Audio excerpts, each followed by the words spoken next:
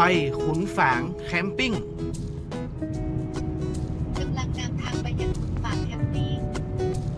ตอนนี้เราอยู่อำเภอสวรรคโลกนะครับเราจะมุ่งหน้าไปจังหวัดอุตรดิตถ์เลี้ยวขวาเข้าสู่ถนนเลียบทางรถไฟ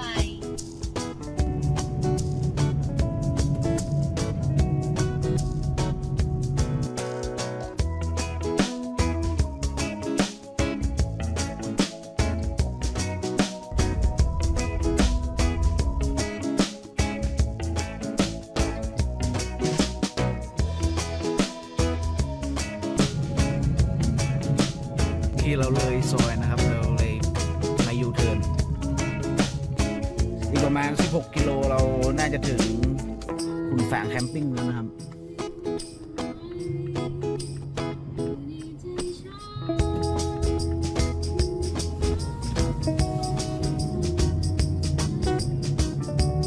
ทางเดียวกับน้ำตกภูนกนะครับเห็นป้ายน้ำตกภูนกก็เลี้ยวเข้ามาเลยนะครับ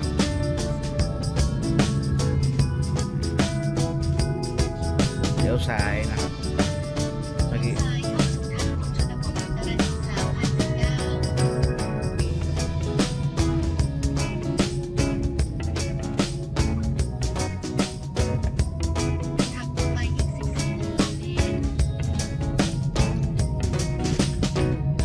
ทางเข้า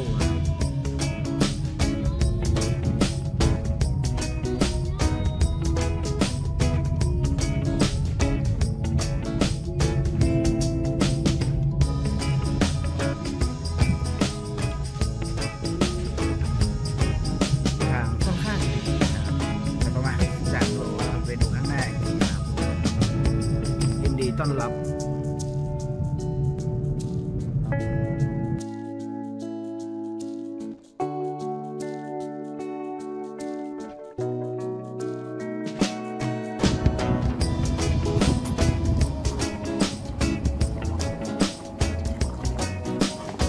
ก๋วยเตี๋ยวเสร็จก็เดินทางต่อเลยนะครับ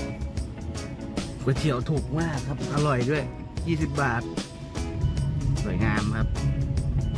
ขุนฝางแคมปิ้งอีก8กิโลนะครับ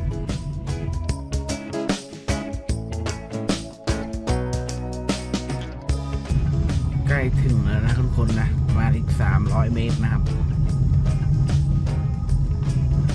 เรามาถึงแล้วครับทุกคน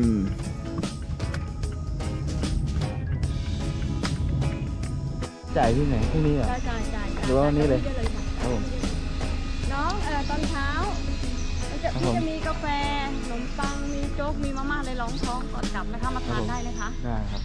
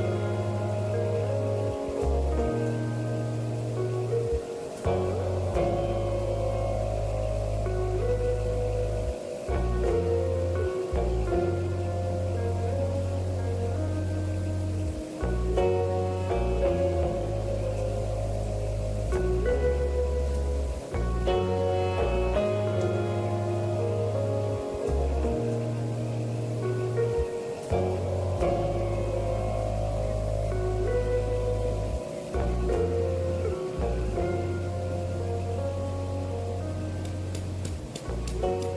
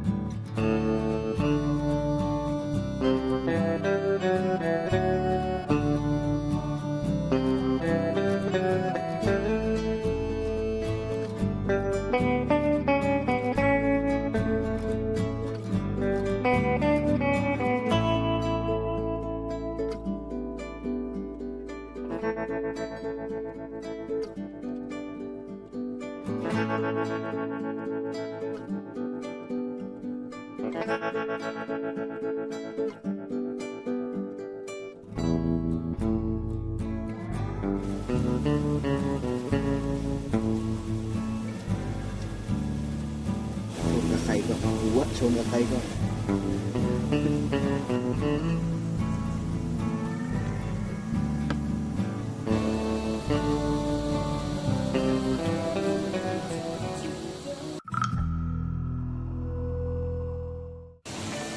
อรุณสวัสดิ์ยามเช้าครับทุกคนไปดูบรรยากาศข้างนอกกันดีกว่าเดี๋ยวเราไปหาอะไรกินนะ เขาบอกว่าที่นี่มีอาหารเช้านะนี่เป็นมาม่าหรือพวกกาแฟโอนกินอะไรเงี้ยนะครับ